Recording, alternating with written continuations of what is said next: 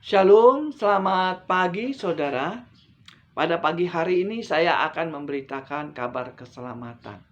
Tidak ada alasan bagi saya tidak memberitakan kabar keselamatan. Karena itu adalah tugas saya sebagai hamba Tuhan.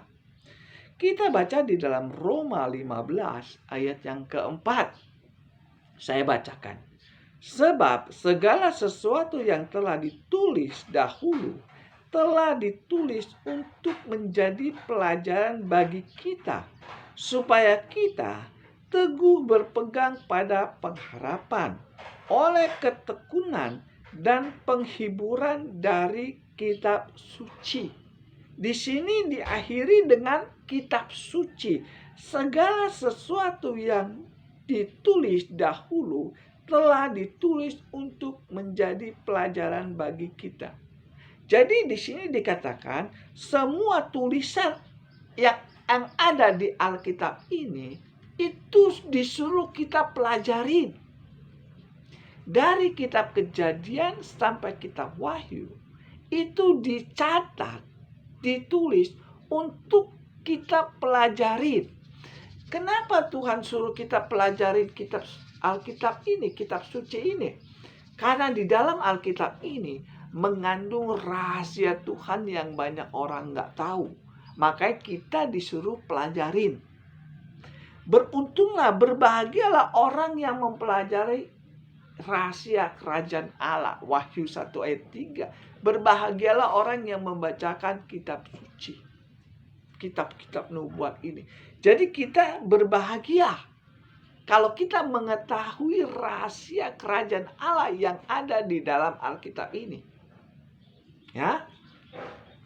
Saudara yang kekasih, di dalam Alkitab ini dari kitab Kejadian sampai kitab Wahyu, orang-orang yang ada ditulis di dalam Kejadian sampai kitab Wahyu, orangnya sudah mati semua.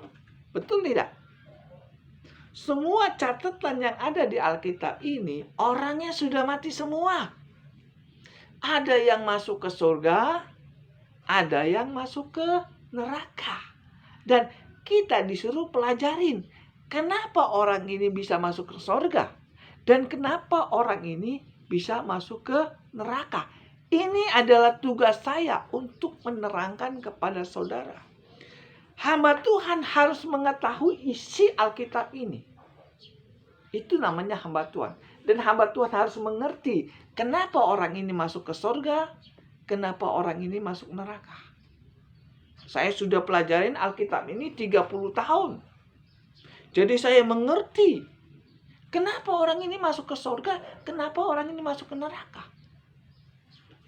Pada pagi hari ini saya ingin ceritakan. Ya. Pada dasarnya semua orang pasti ingin masuk surga, saudara. Siapapun juga. Teman banyak yang nggak ngerti. Makanya pada pagi hari ini di YouTube ini saya akan menceritakan. Supaya saudara bisa mengerti masalah ini. Ini rahasia besar, saudara yang kekasih. Ya, ini rahasia besar. Saudara, kalau kita masih hidup di dunia, ya, kalau kita masih hidup di dunia ini, kita butuh makan. Kalau kita nggak ada makan, kita hidupnya sengsara. Betul nggak? Kalau kita hidup di dunia, kita butuh makan. Tetapi kalau kita sudah mati, kita butuh surga. Ya, kalau kita hidup, butuh makan. Kalau kita mati, butuh surga. Kalau kita hidup nggak ada makan, hidupnya sengsara. Kalau kita mati, nggak dapat surga, kita juga sengsara di neraka selamanya. Saudara, ini yang ingin saya kupas. Saya pernah mengalami nggak punya makan. 6 bulan saya nggak punya makan, nggak ada uang, nggak ada makanan, anak saya 5, nggak ada makan, nggak ada uang, nggak ada kerjaan, pusing. Saya kan hamba Tuhan. Lalu gimana caranya supaya ada makan? Padahal nggak ada makan, saudara. Pusing saya, saudara yang kekasih.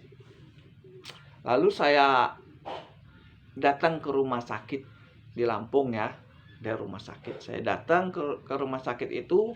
Saya samperin ke dapur rumah sakit itu. Saya minta tolong, Mbak, ada nggak makanan yang sudah nggak kepake lagi? Makanannya sudah dibuang. Boleh nggak untuk saya? Nah, saya bilang. Untuk apa? Ya alasan saya adalah alasannya.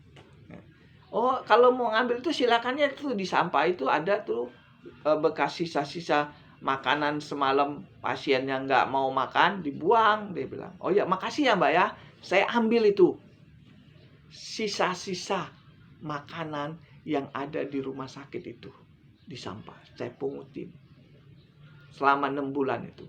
Di situ ada ayam, ada ikan, kadang ada bakso, kadang ada rendang, itu dibuang. Saya pungutin. Lalu saya bawa pulang, dicuci kembali. Dicuci, dimasak lagi, tambahin bumbu. Itu untuk makan saya. Anak saya, istri saya makan. Anak saya nggak tahu. Yang tahu saya. Istri saya juga tadinya nggak tahu. Dia curiga mungkin ya saudara. So nggak punya duit kok bisa ada ayam, ada ikan. Saya ceritalah apa adanya. Untuk sementara kita nggak ada makan, ya makan ini aja. Jangan cerita sama anak-anak. Takutnya anaknya shock. Ya udah. Selama 6 bulan itu saya cari makanan di sampah. Saya makan. Kadang-kadang saya mikir, saudara yang kekasih.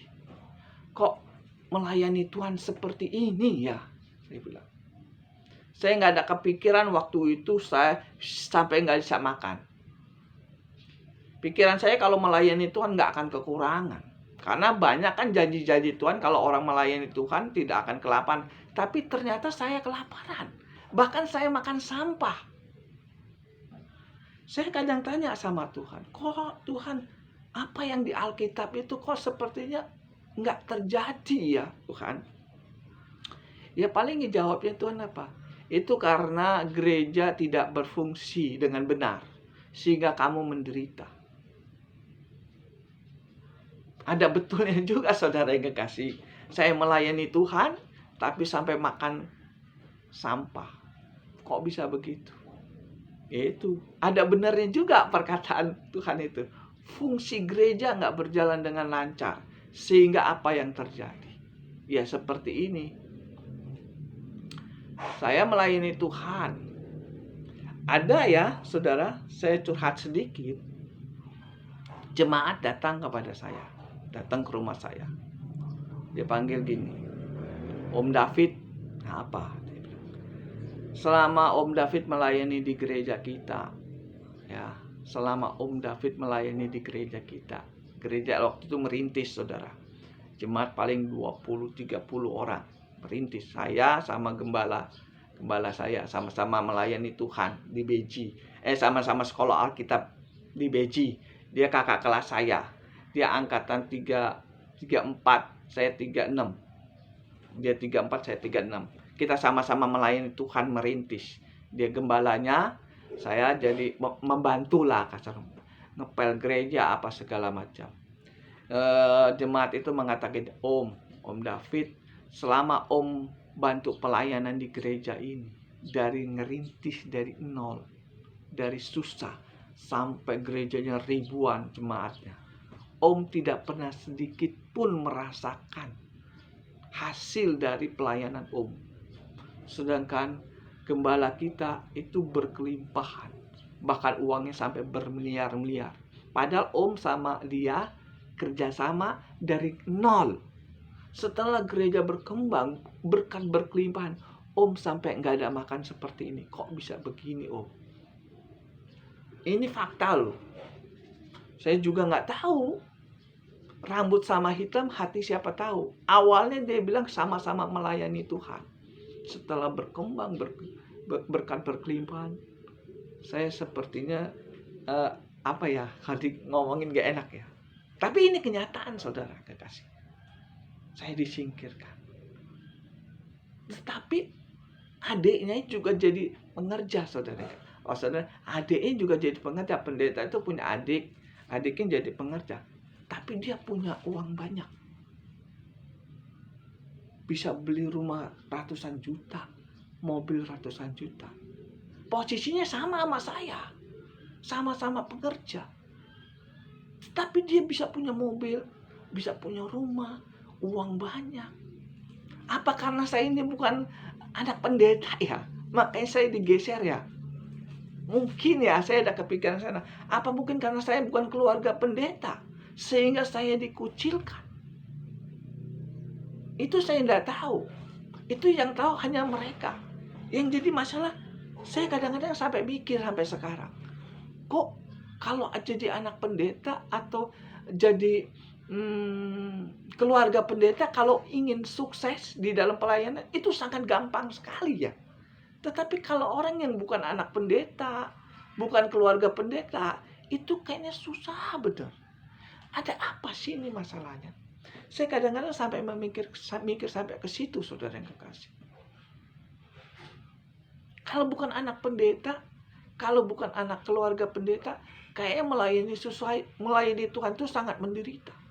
Tapi kalau anak pendeta, saudara perhatikan kalau pendeta besar, anaknya jadi pendeta, enggak pakai hitung, cepat langsung gitu, makmur.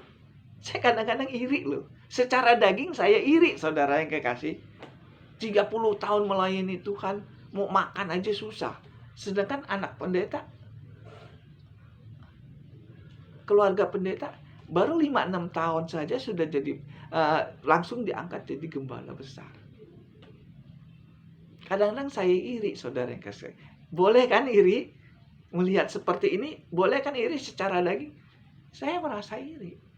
Saya melayani Tuhan berjuang dari nol sampai gereja besar, mau makan aja susah.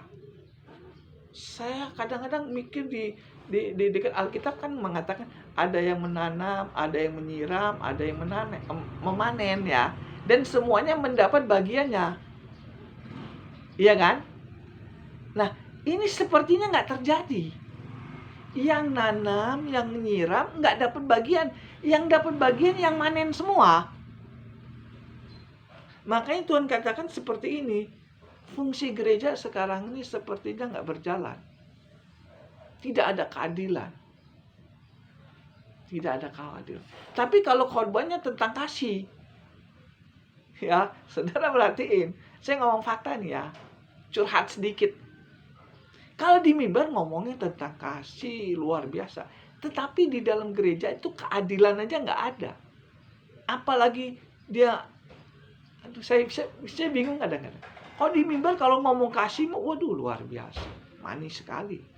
Tapi faktanya boro-boro tentang keadilan, boro-boro tentang kasih, adil aja nggak ada. Saya merasa loh, melayani Tuhan nggak ada keadilan di gereja. Saya ngerasa, karena saya punya perasaan. Makanya kadang-kadang saya ngelihat kok begini ya melayani Tuhan ya. Di mimbar ngomongnya kasih, tetapi adil aja nggak ada. Gimana mau kasih? Prakteknya nggak ada. Ini berhubungan dengan apa yang saya khotbahkan. Kenapa saya bisa berbicara seperti ini? Karena saya ngalami. Kalau saya tidak mengalami, saya nggak bisa cerita seperti ini. Kita kembali lagi ya saudara. Curhat sedikit. Kita kembali lagi. Kalau orang hidup perlu makan. Kalau nggak ada makan itu susah. Saya ngalamin. Nggak ada makan. Saya cari sayuran di sampah. Susah nggak? Susah saudara. Derita. Kalau kita mati, kita butuh surga. Orang hidup butuh makan. Orang mati butuh surga. Nah, di dalam Alkitab ini, ya, di dalam Alkitab ini ada tercatat orang yang mati nggak dapat surga. Ya, ini rahasia Tuhan, saudara yang kasih. Bukan rahasia saya, rahasia Tuhan. Di dalam Alkitab ini ada orang yang mati nggak dapat surga. Kita baca di dalam Wahyu. Nah, salah satunya ya, orang yang mati nggak dapat surga. Wahyu 14 ayat yang ke-13. Ini orang mati nggak dapat surga. Wahyu 14 ayat yang ke-13. Dan aku mendengar suara dari surga berkata, tuliskan, berbahagialah orang yang mati di dalam Tuhan sejak sekarang ini. Sungguh, kata Roh, supaya mereka boleh beristirahat dari jerih lelah mereka, karena segala perbuatan mereka menyertai mereka. Berbahagialah orang yang mati di dalam Tuhan. Jadi kalau ada orang yang mati di dalam Tuhan, berarti ada orang yang mati di luar Tuhan. Betul kan? Kalau ada yang mati di dalam Tuhan, berarti ada orang yang mati di luar Tuhan. Orang yang mati di dalam Tuhan itu berbahagia. Di sini dikatakan, berbahagialah orang yang mati di dalam Tuhan. Berarti kalau orang yang mati di luar Tuhan, dia sengsara. Jadi di sini kenapa dikatakan berbahagialah orang yang mati di dalam Tuhan? Karena ada orang yang mati di luar Tuhan, dia sengsara. Apa betul perkataan ini? Kita baca lagi di dalam Kisah Rasul. Kisah Rasul 4 ayat yang ke-12. Ya, ini tentang keselamatan. Orang mati masuk surga ini. Ya. Dan keselamatan tidak ada di dalam siapapun juga selain daripada Dia. Sebab di bawah kolong langit ini tidak ada nama lain yang memberikan kepada manusia yang oleh kita dapat diselamatkan. Jadi orang yang mati di luar Tuhan berarti dia sengsara, nggak diselamatkan. Jadi ada orang mati nggak diselamatkan, itu maksudnya. Dan keselamatan tidak ada di dalam siapapun juga selain di dalam Dia. Sebab di bawah kolong langit ini tidak ada nama lain yang diberikan kepada manusia oleh kita dapat diselamatkan. Jadi orang yang mati di luar Tuhan, dia nggak dapat surga, itu maksudnya. Jadi ada orang yang mati nggak dapat surga. Salah satu orang yang mati nggak dapat surga adalah orang yang mati di luar Tuhan. Atau orang yang nggak percaya Yesus sebagai Tuhan. Kalau dia mati, dia nggak dapat surga. Kita baca lagi di dalam Yohanes 15. Yohanes 15 ayat yang ke-5 saya bacakan. Ini orang yang mati nggak dapat surga. Yohanes 15 ayat yang ke-5. Akulah pokok anggur dan kamulah ranting-rantingnya. Barang siapa tinggal di dalam aku dan aku di dalam Dia, ia berbuah banyak. Sebab di luar aku, kamu tidak dapat berbuat apa-apa.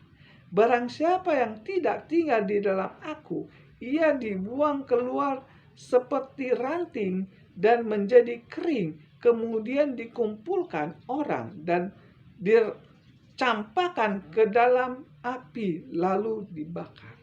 Jadi di sini dikatakan orang yang nggak mau di dalam, orang yang di luar Tuhan, kalau dia mati, dia masuk neraka, itu maksudnya. Barang siapa yang tinggal di dalam aku dan aku dia di dalam dia, ia berbuah banyak. Sebab di luar aku, kamu tidak dapat berbuat apa-apa. Barang siapa tidak tinggal di dalam aku, ia dibuang keluar seperti ranting dan menjadi kering, kemudian dikumpulkan orang, dicampakkan ke dalam api, lalu dibakar. Ini adalah orang yang mati nggak dapat surga. Kenapa dia mati nggak dapat surga? Karena dia tidak di dalam Tuhan. Jadi salah satu orang yang nggak bisa mendapatkan surga adalah orang yang di luar Tuhan.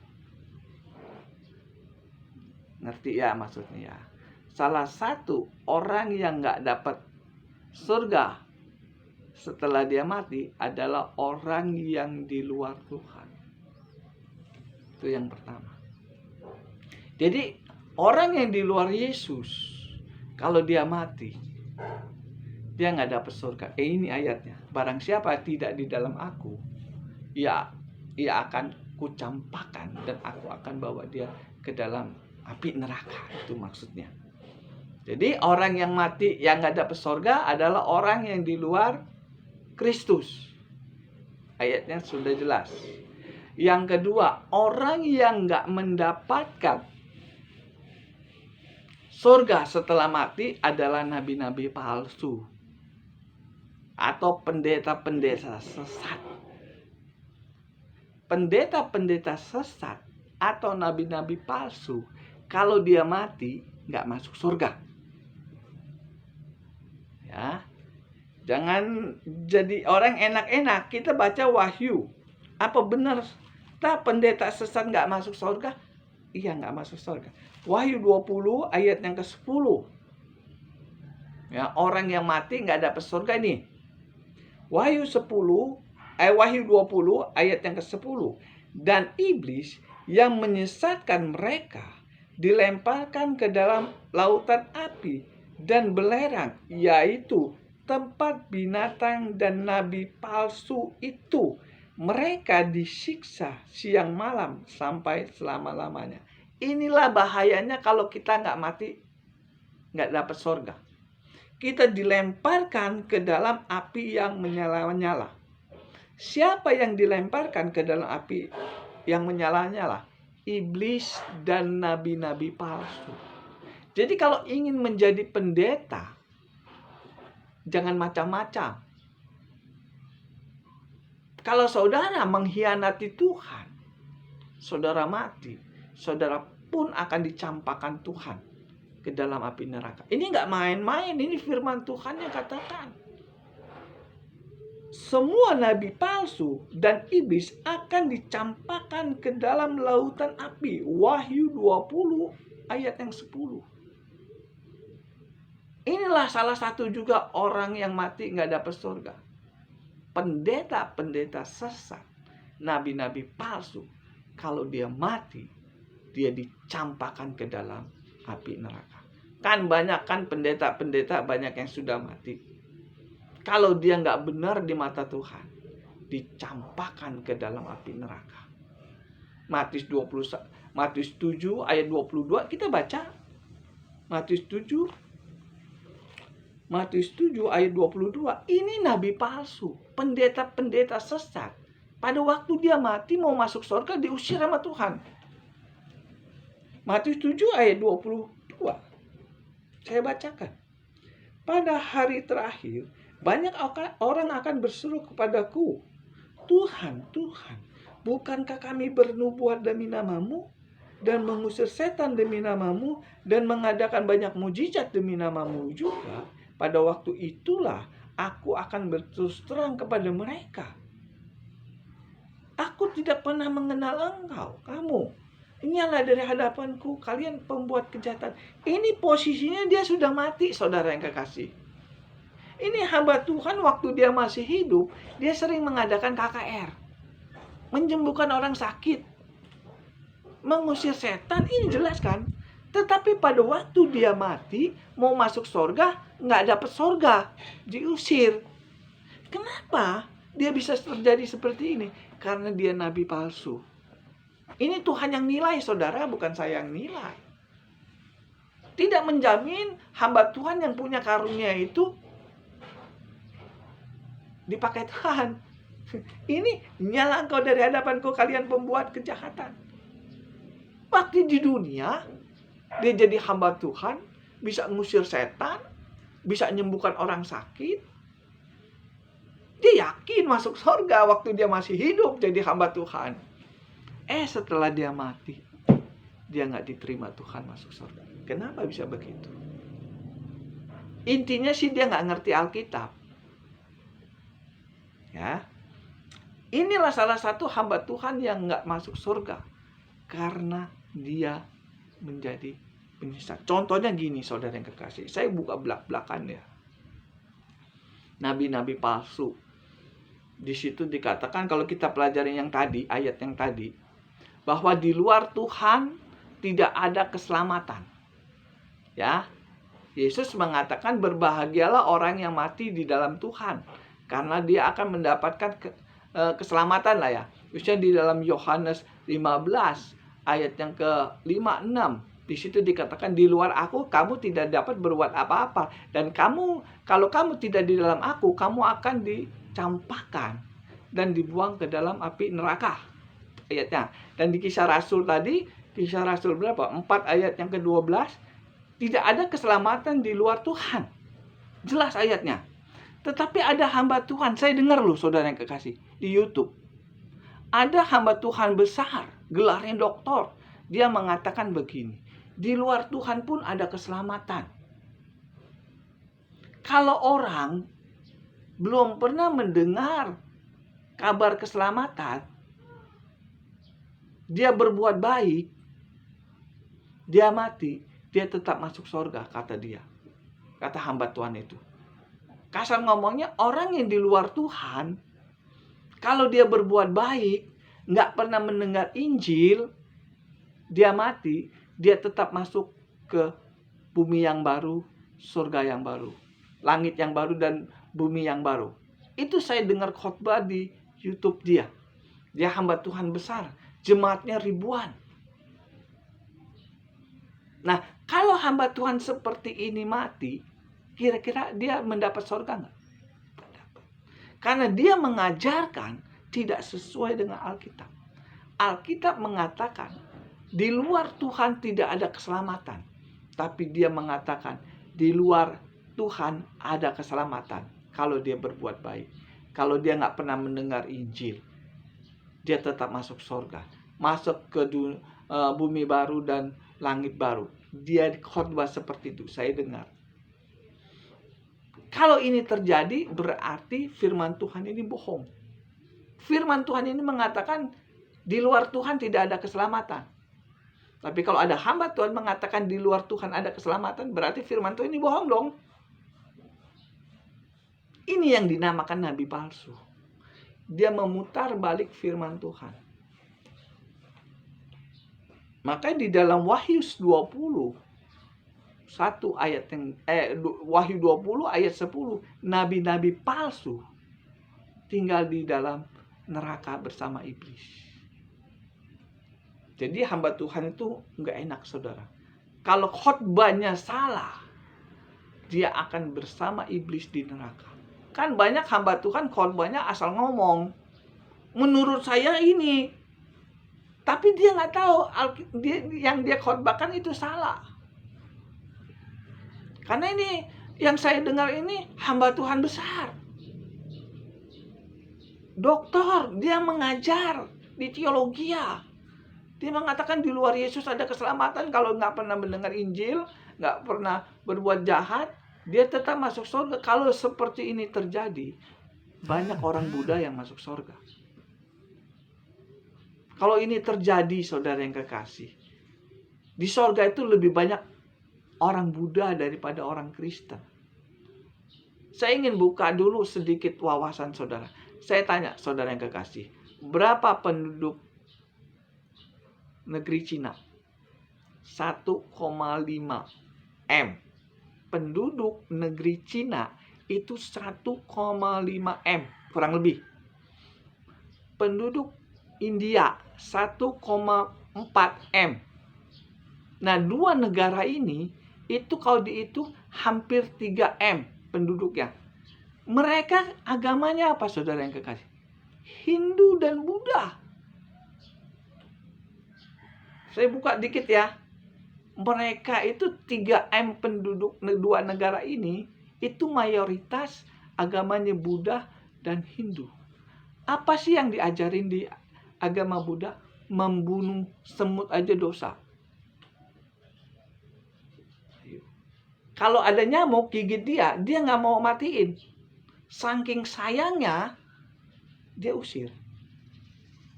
Itu ajaran Buddha loh, saudara yang kekasih. Ada belas kasihan sama binatang yang sudah menyakiti dia aja, dia nggak mau bunuh. Itu ajaran agama Buddha. Kalau ini terjadi, maka agama Buddha itu banyak yang masuk surga. Betul nggak? Iya kan? Ajaran agama Buddha mengasihi sesama manusia dan hewan, makhluk hidup, dan dipraktekkan. Baik nggak? Baik. Nah, kalau orang seperti ini bisa masuk surga, kata pendeta yang tadi itu saya ngomong, maka firman Tuhan ini nggak valid. Karena firman Tuhan di dalam Wahyu 14 ayat 13, tidak ada keselamatan di luar Yesus. Tapi pendeta itu ngomong di luar Yesus ada keselamatan. Kalau dia berbuat baik, nggak pernah dengar Injil, dia tetap masuk ke langit baru dan bumi yang baru. Nah, ini yang dikatakan nabi palsu. Dia mengatur Alkitab. Alkitab tidak catat seperti itu. Yang Tuhan catat di Alkitab ini, orang yang di luar Tuhan, dia nggak bisa masuk surga. Nah, salah satu orang yang mati nggak masuk surga, ya pendeta seperti ini. Dia mengajarkan berlawanan dengan Alkitab, menang gelar yang doktor, menang gelar kaya, menang gelar terkenal, sehingga orang berduyun-duyun lebih percaya dengan perkataan dia daripada perkataan Tuhan Yesus. Tuhan Yesus mengatakan di luar aku tidak ada keselamatan. Tetapi pendeta itu ngomong di luar Yesus ada keselamatan. Kalau dia berbuat baik. Kalau dia nggak pernah mendengar Injil, dia tetap masuk surga. Emang surga itu punya nenek moyang dia? Saya ngomong agak kasar ini, saudara yang kesal. Karena saya kesal. Masa hamba Tuhan yang gelarnya doktor, dia nggak ngerti Alkitab. Alkitab mengatakan di luar Yesus tidak ada keselamatan. Dia bilang di luar Yesus ada keselamatan. Ini hamba Tuhan terkenal. Hamba Tuhan yang dihormati. Hamba Tuhan yang pintar. Bisa ngerti bahasa Yunani, ngerti bahasa Greka, ngerti bahasa Inggrisnya. Semua dia ngerti Alkitab. Tetapi dia melawan perintah Tuhan. Inilah salah satu orang yang mati nggak dapat surga. Wahyu 20 ayat 10. Nabi-nabi palsu tinggal di neraka bersama iblis. Nggak menjamin orang yang punya gelar doktor benar di mata Tuhan.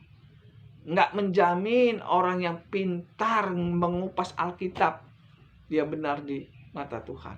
Kita cek, benar nggak omongan itu? Sesuai nggak dengan Alkitab di luar Yesus ada keselamatan?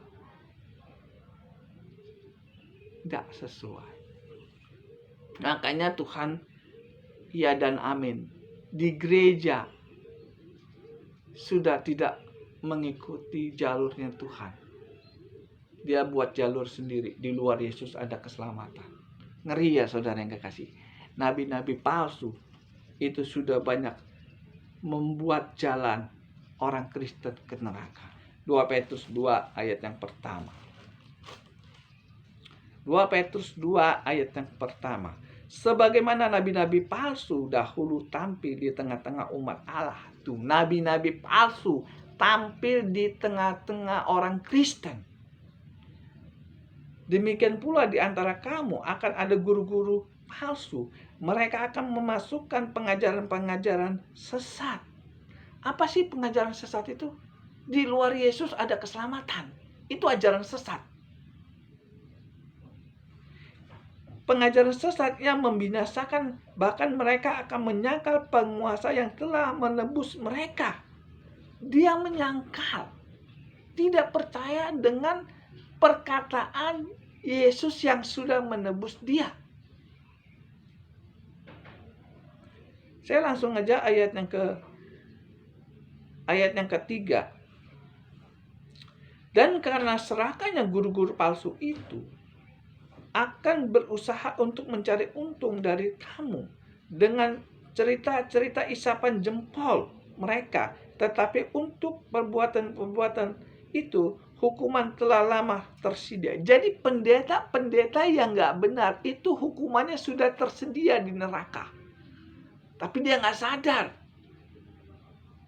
Saya kadang-kadang bingung, saudara yang kekasih. Semakin orang sekolah Alkitab, itu bukan semakin benar.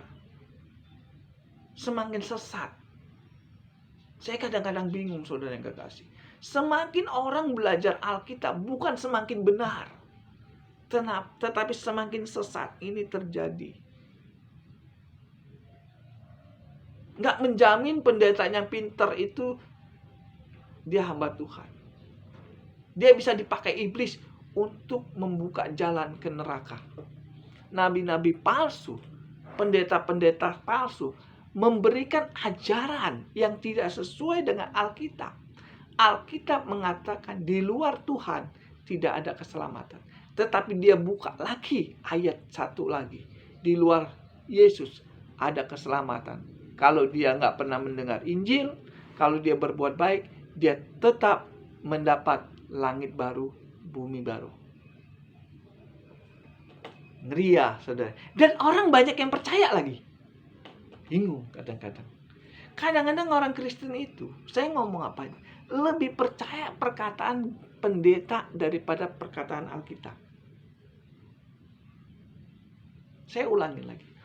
Kadang-kadang, bukan kadang-kadang ya, banyak orang Kristen lebih percaya dengan perkataan pendeta yang nggak benar dari perkataan Alkitab. Perkataan Alkitab, di luar Tuhan tidak ada keselamatan. Ya, tapi ada hamba Tuhan mengatakan, di luar Tuhan tetap ada keselamatan. Kalau dia nggak pernah mendengar Injil, kalau dia berbuat baik, dia tetap mendapatkan langit baru, bumi baru. Tetapi dia tidak menjadi warga negara kerajaan sorga, tetapi dia menjadi rakyat biasa. Sangat hafal saya, khotbah dia saya hafal, saya kaget. Semakin pinter orang sekolah Alkitab, semakin sesat dia. Dia merasa dia lebih pintar dari Tuhan. Tuhan mengatakan di luar nggak ada keselamatan, dia bilang di luar ada keselamatan. Itu kenapa bisa gitu? Mungkin saking pinternya melebihi Tuhan, sehingga dia bisa buat ayat baru. Nah, orang seperti ini, kalau dia mati, dia nggak mendapat surga. Mungkin waktu di dunia dia yakin masuk surga.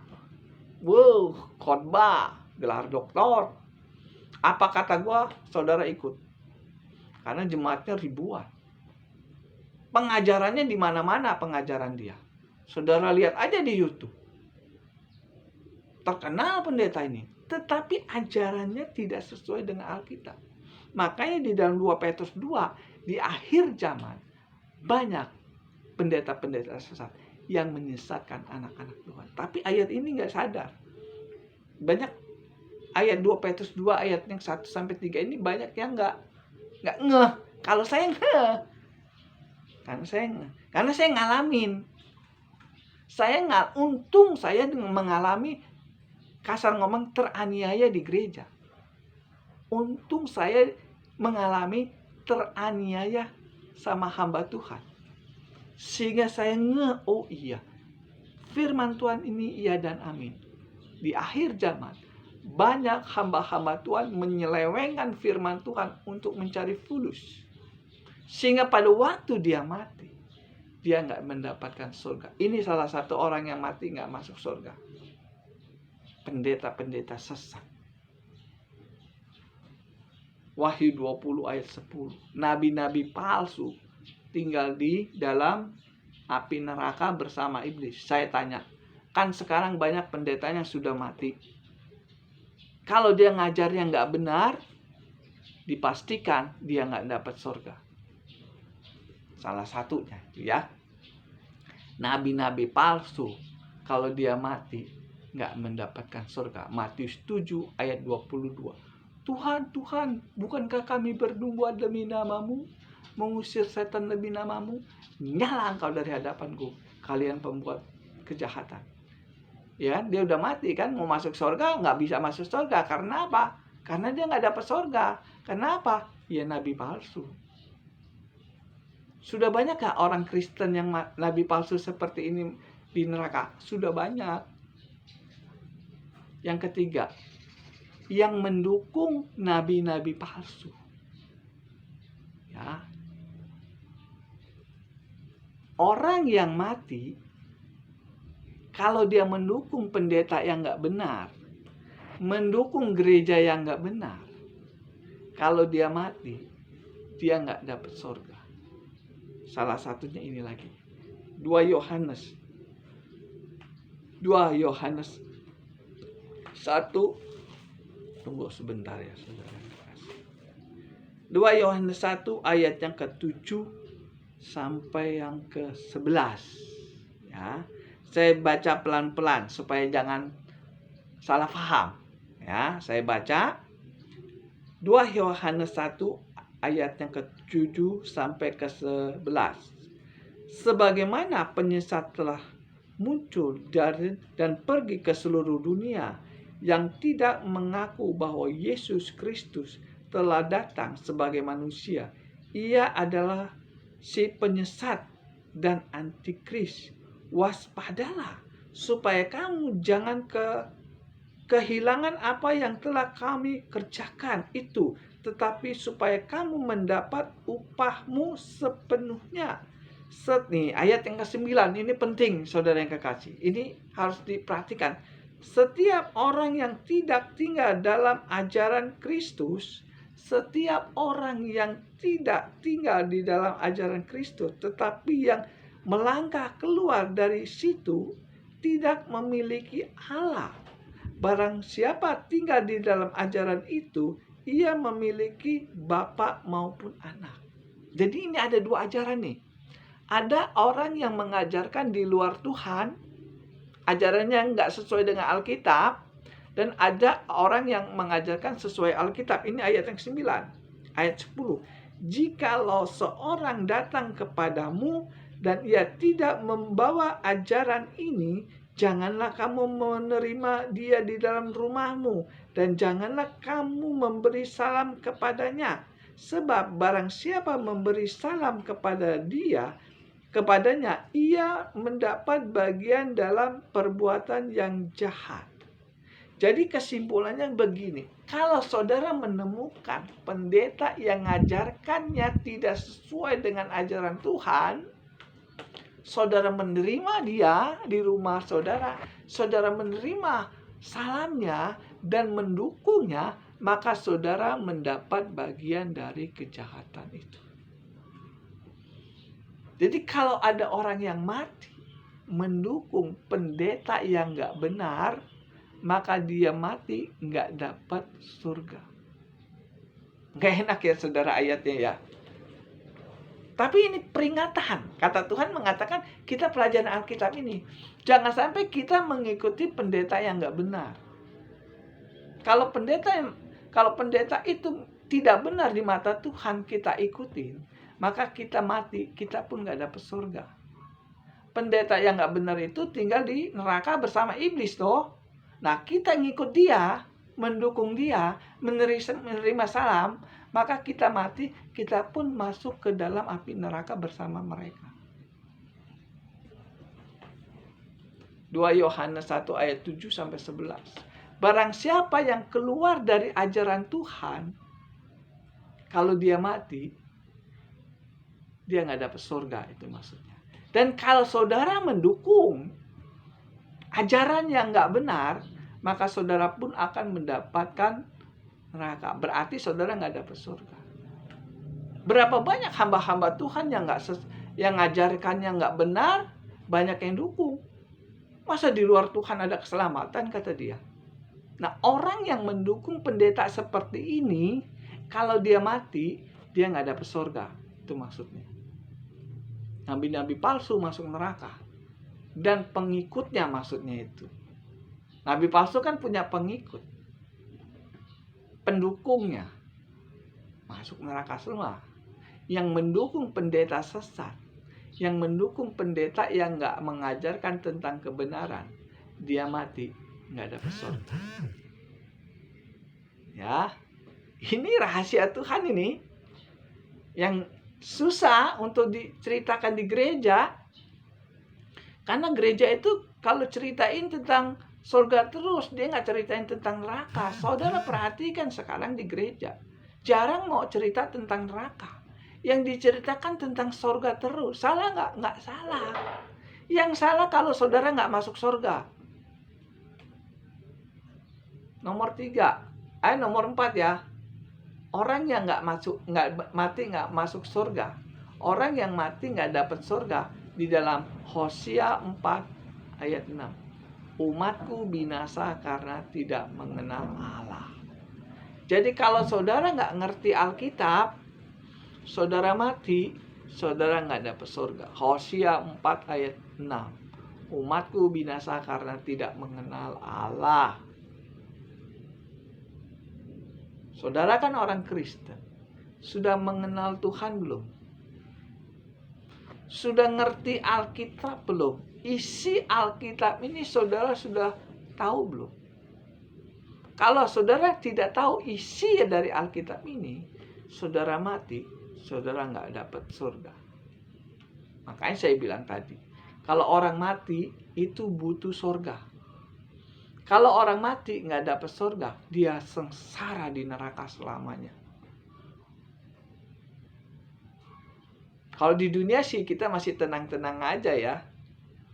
Tapi kalau kita sudah mati masuk neraka gimana? Susah ya saudara masuk surga ya. Susah. Orang cari uang aja susah kok, apalagi cari surga. Kalau saudara ingin mencari surga, saudara belajar Alkitab. Tapi belajar sama hamba Tuhan yang benar, bukan hamba Tuhan yang sesat. Nggak semua hamba Tuhan itu benar. Ya, salah satu orang yang mati nggak dapat surga adalah orang yang nggak ngerti Alkitab. Yang penting yes, apa kata pendeta. Ya kan, banyak orang Kristen, apa kata pendeta dah. Dia nggak mau tahu tuh pendeta benar apa nggak benar. Kalau pendeta nggak benar, pendetanya masih neraka. Gua tetap masuk surga. Nggak ada saudara ayatnya. Kalau pendeta itu nggak benar, saudara yesin, saudara mati bersama-sama di neraka. Nggak ada namanya kalau pendeta masuk neraka, jemaatnya masuk surga. Nggak ada. Nggak ada. Amin. Saudara yang kekasih, yang keempat, orang Kristen yang nggak mendapatkan surga, iyalah gitu loh. Orang yang nggak mati nggak dapat surga adalah orang yang tukang bohong. Kita baca di dalam Wahyu 21 ayat yang ke-8. Ini orang yang mati nggak dapat surga. Wahyu 21 ayat yang ke-8. Tetapi orang-orang penakut, orang-orang tidak percaya, bukan orang yang di luar Tuhan kan, orang yang tidak percaya, orang-orang yang jahat, orang-orang pembunuh, orang-orang sundal, tukang-tukang sihir, penyembah-penyembah berhala, dan semua pendusta, mereka akan mendapat bagian mereka di dalam lautan yang menyala-menyala oleh api dan belerang. Inilah kematian yang kedua, neraka. Jadi orang pendusta itu tukang bohong. Kalau dia mati gak dapat surga. Ini ayatnya. Sekalipun dia pendeta, sekalipun dia hamba Tuhan, sekalipun dia punya karunia, sekalipun dia orang Kristen, sekalipun dia anak pendeta, kalau dia berbuat dosa, kalau dia berdusta, dia mati tinggal di neraka. Jadi orang yang berbohongan ya gak masuk surga. Sekalipun dia pendeta. Bohong itu apa sih saudara yang kekasih? Bohong di mata Tuhan sama bohong di mata manusia itu beda saudara yang kekasih. Banyak yang gak tahu. Taunya bohong ya bohong gitu. Padahal bohong di mata Tuhan sama bohong di mata manusia itu berbeda saudara yang kekasih. Apa sih orang bohong di mata Tuhan itu apa sih? Banyak yang gak tahu. Bahkan pendeta pun gak tahu bohong di mata Tuhan itu apa. Saya buka ayatnya. 1 Yohanes 2 ayat yang keempat. Ini bohong di mata Tuhan ya. 1 Yohanes 2 ayat yang keempat. Barang siapa berkata, aku mengenal dia, tetapi ia tidak menuruti perintahnya, ia adalah seorang pendusta. Saya ulangin lagi, ini pendusta di mata Tuhan nih.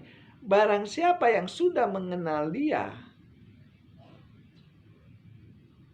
tetapi ia tidak menuruti perintahnya, ia adalah seorang pendusta, dan di dalam dia tidak ada kebenaran.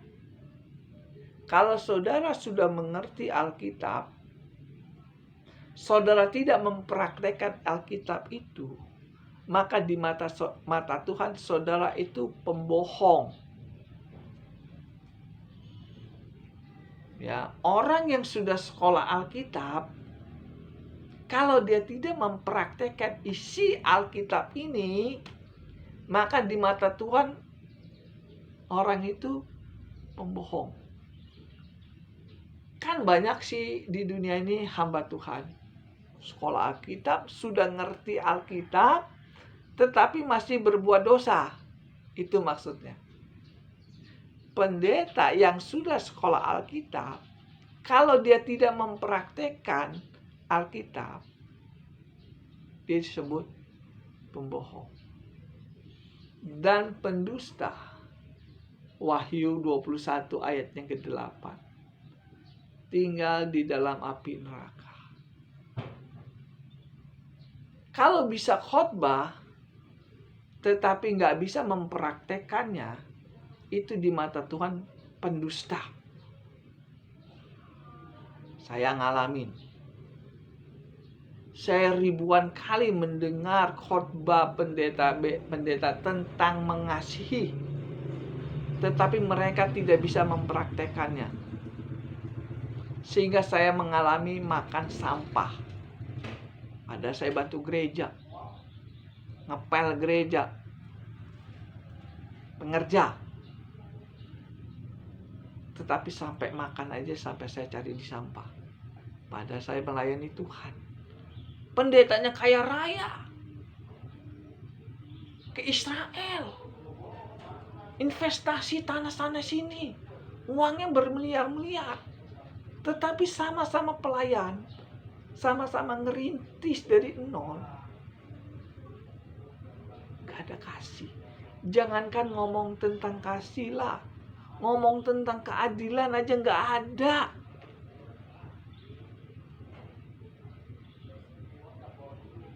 Ini yang katakan Tuhan. Tuhan katakan, di mimbar ngomongnya kasih, tetapi adil aja gak ada, apalagi kasih. Ini yang kata Tuhan, barang siapa yang sudah mengenal dia, tetapi dia tidak menjalankan perintahnya, ia disebut pendusta. Dan pendusta itu kalau mati tinggal di neraka. Banyak pendeta yang ngomongnya tentang kasih, tapi tingkah lakunya kejam. Saya ngalamin. Makanya firman Tuhan ini ya dan amin. Iya dan amin. Makanya saya kadang-kadang mendengar khotbah yang pintar-pintar ya, khotbah yang waduh seperti itu, saya belum yakin saudara. Kalau saya tidak melihat kalau pendetanya nggak praktekin. Kan banyak sih pendeta ngomong seperti ingin seperti Bapa, sempurna seperti Yesus, ya kan? Kan banyak tuh sekarang tuh kalau khotbah ingin seperti Bapa, sempurna seperti Yesus.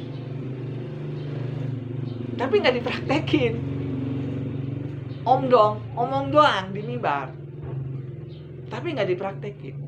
Kalau ini terjadi, maka dia disebut pendusta. Ingin seperti Yesus katanya, sempurna seperti Bapa. Tapi ajarannya tidak sesuai dengan apa yang Tuhan katakan. Tuhan katakan di luar Tuhan tidak ada keselamatan, tapi dia katakan di luar Tuhan ada keselamatan. Tapi ngomongnya ingin seperti Yesus, sempurna seperti Bapa. Tapi ajarannya nggak sesuai dengan seperti Bapa. Nggak seperti Yesus. Yesus kan ngajarkan di luar Tuhan, di luar aku tidak ada keselamatan toh. Tapi dia katakan di luar Yesus ada keselamatan. Kalau dia nggak pernah mendengar Injil, kalau dia berbuat baik, dia mati, dia tetap mendapat langit baru dan bumi baru. Tetapi menjadi seperti rakyat. Tapi ayat ini nggak ada di Alkitab. Ayat ini nggak ada. Tapi kalau ngomongnya, waduh, aku ingin seperti Bapa. Aku ingin sempurna seperti Yesus.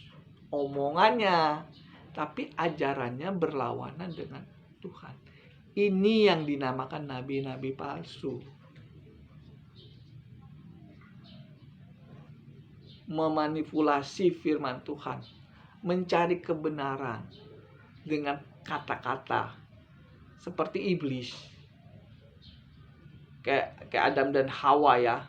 Tuhan mengatakan nggak boleh makan buah pengetahuan baik dan jahat. Kalau engkau makan, engkau mati. Itu kata Tuhan toh. Tetapi kata iblis, enggak. Kalau lu makan buah ini, kamu seperti Tuhan. Kamu nggak mati. Kan berlawanan omongannya. Tuhan mengatakan kalau makan buah ini mati. Iblis ngomong kalau makan buah ini, kamu nggak mati. Kamu seperti Tuhan. Iya kan? Nah, begitu juga nabi palsu. Tuhan mengatakan di luar aku tidak ada keselamatan. Nabi-nabi palsu mengatakan apa? Di luar Tuhan tetap ada keselamatan. Tetapi tidak menjadi warga sorga. Tapi menjadi seperti rakyat kecil. Kebongkar ya saudara yang kekasih. Nabi-nabi palsu kalau mendengar seperti ini pasti marah. Pasti marah. Saya nggak menjelekkan pendeta. Saya tidak menghakimi. Ya kan? Apa yang saya khotbahkan ini tidak menghakimi saudara. Apa yang saya khotbahkan ini tidak menjelekkan hamba Tuhan. Apa yang saya khotbahkan ini kebenaran firman Tuhan dicatat.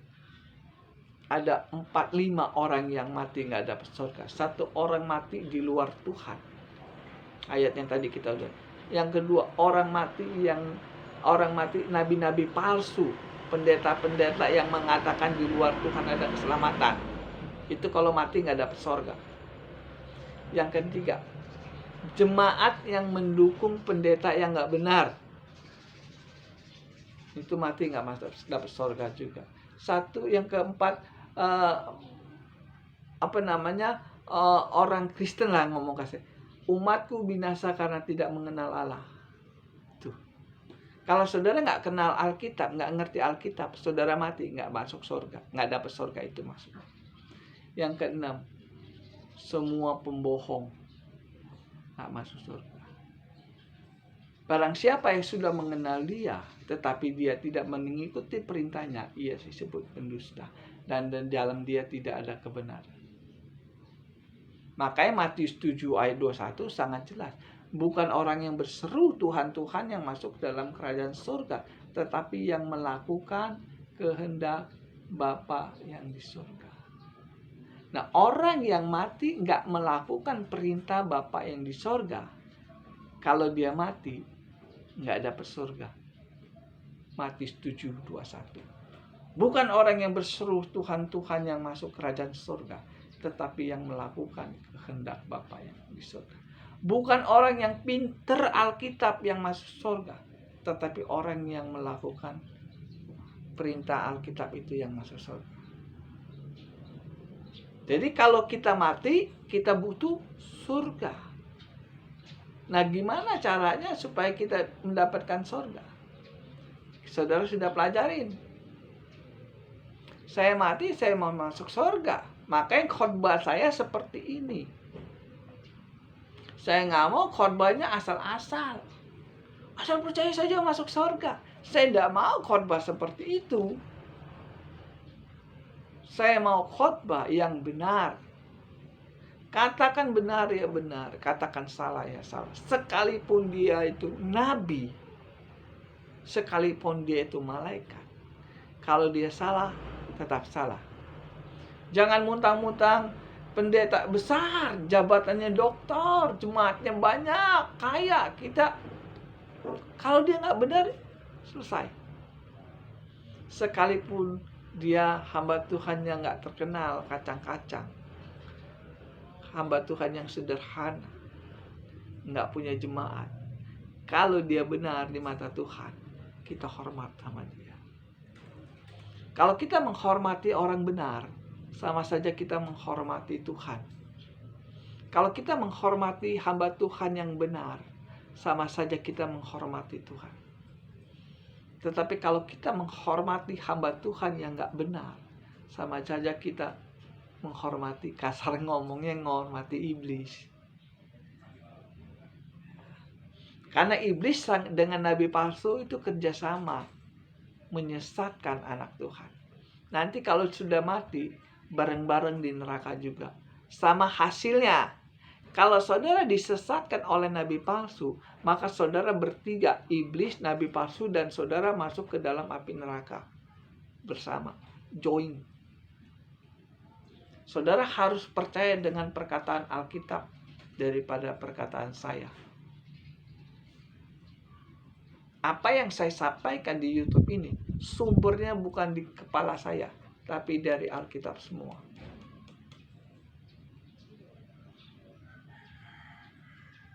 Amin. Kita berdoa. Tuhan, terima kasih atas pagi hari ini. Kami diberikan suatu pelajaran yang sangat dalam pada pagi hari ini tentang orang mati membutuhkan surga, orang hidup membutuhkan makan. Tuhan, ajari kami supaya setelah kami mati, kami mendapatkan surga. Apapun itu risikonya, kami ingin berjuang untuk mendapatkan surga. Berikan kami keberanian untuk meninggalkan nabi-nabi palsu. Berikan kami keberanian untuk meninggalkan pendeta-pendeta sesat. Berikan kami keberanian untuk meninggalkan gereja yang gak benar. Roh Kudus, berikan kami kekuatan untuk melawan dunia yang keras ini, saudara. Tuhan berkati orang yang Tuhan berkati orang yang mendengar YouTube saya ini, dan berkati saya yang berkhotbah. Kiranya YouTube ini tidak sia-sia diberitakan, namamu dipermuliakan. Di dalam nama Tuhan Yesus kami sudah berdoa. Haleluya. Amin. Sedikit saudara saya ingin cerita. Kalau saudara kurang mengerti tentang masalah YouTube ini, saudara bisa hubungi saya. Kita berjuang bersama-sama untuk mendapatkan langit baru dan bumi yang baru. Saya melayani Tuhan gak cari uang. Saya melayani Tuhan tidak cari jabatan. Saya melayani Tuhan tidak menjilat. Saya melayani Tuhan untuk mengabdi kepada Tuhan. Sekalipun itu sakit, sekalipun itu rugi, saya tetap mengabdi kepada Tuhan. Itu saja.